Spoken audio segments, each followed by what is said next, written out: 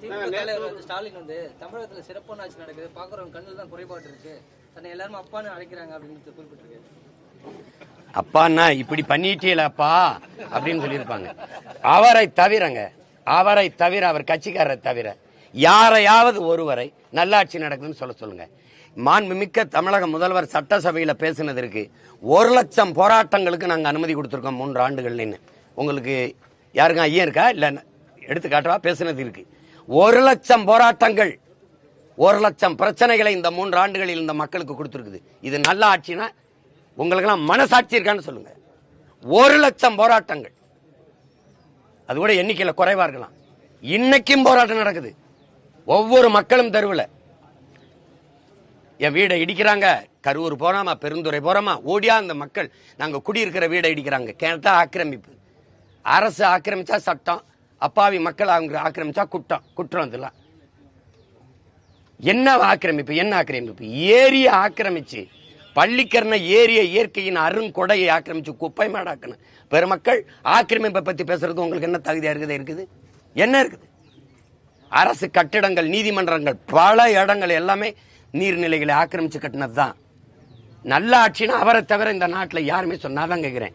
நல்லாட்சி என்று சொல்லுகிற பெருமக்களே உங்களுக்கு இருக்கா மனசாட்சின்னு தான் நான் கேட்கிறேன்.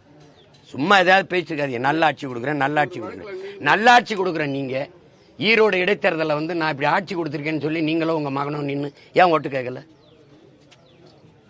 ஓட்டுக்கு எதுக்கு நோட்டு கொடுத்தீங்க, காசு கொடுத்தீங்க? எதுக்கு கள்ள ஓட்டு போட்டீங்க? ஹலோ ஐயா, நல்லாட்சி நாயகரே, திராவிட மாடலின் திலகமே,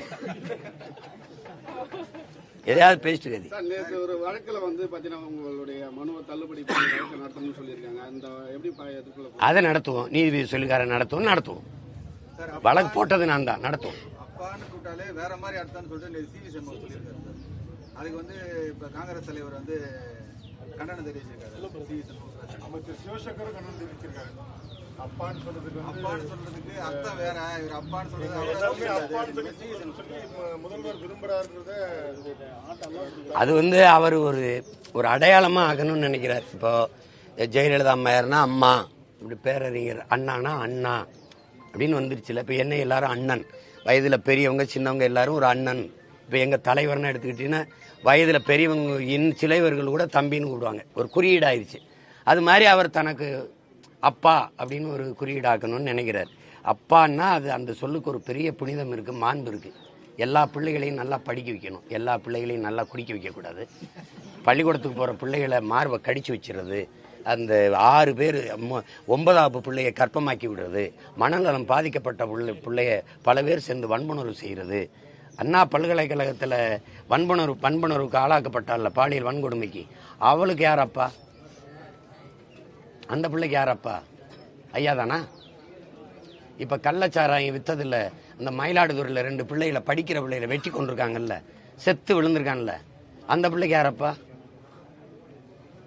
ஐயா தானா? இப்படிப்பட்ட அப்பா பார்க்கும்போது என்னப்பா இப்படி பன்றியலப்பான்னு தான் கேட்க தோணுது. வேற எதுவும் கேள்வி இருக்கா? நன்றி, வணக்கம். அப்பா வழக்கலையா?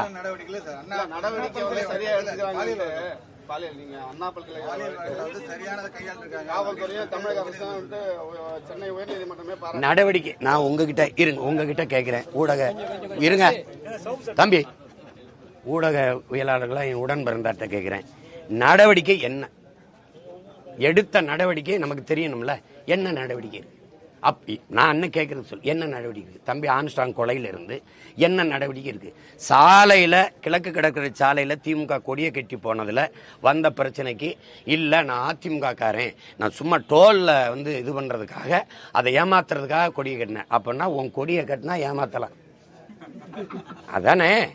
அவனை மட்டும் நீ போலீஸ் காவல்துறை வண்டியில வச்சு எடுத்தீங்களா இல்ல வீடியோ?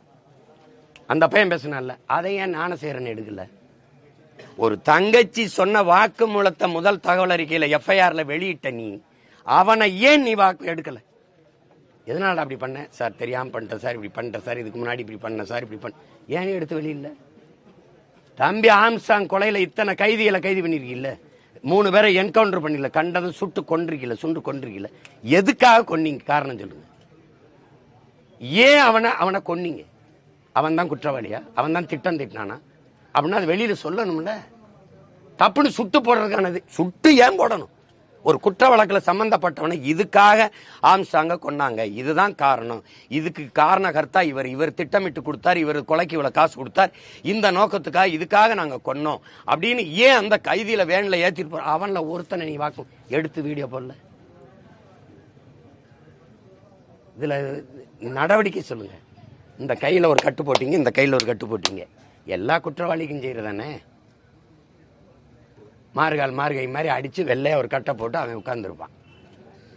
அப்புறம் வண்டியில ஏற்றும்போது தாங்கி தூக்கிட்டு வருவிய, இறங்கி நடக்கும்போது நல்லா நடந்து போவான், ரயில்வே ஸ்டேஷன் போகும்போது தள்ளு வண்டியில் தள்ளிட்டு போவிய. இந்த திராவிட நாடகத்தை என்னைக்கு நிறுத்துவீங்க நீங்க?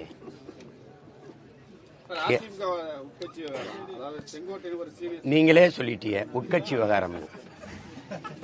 எத்தனை விவகாரம் ஒரு கட்சிக்கு இருந்தாலும் நாட்டுக்கு மக்களுக்கும் பிரச்சனை என்ன? அதனால பிரச்சனையா பேசுவோம். அது பிரச்சனை இல்லைல்ல, விட்டுருவோம்.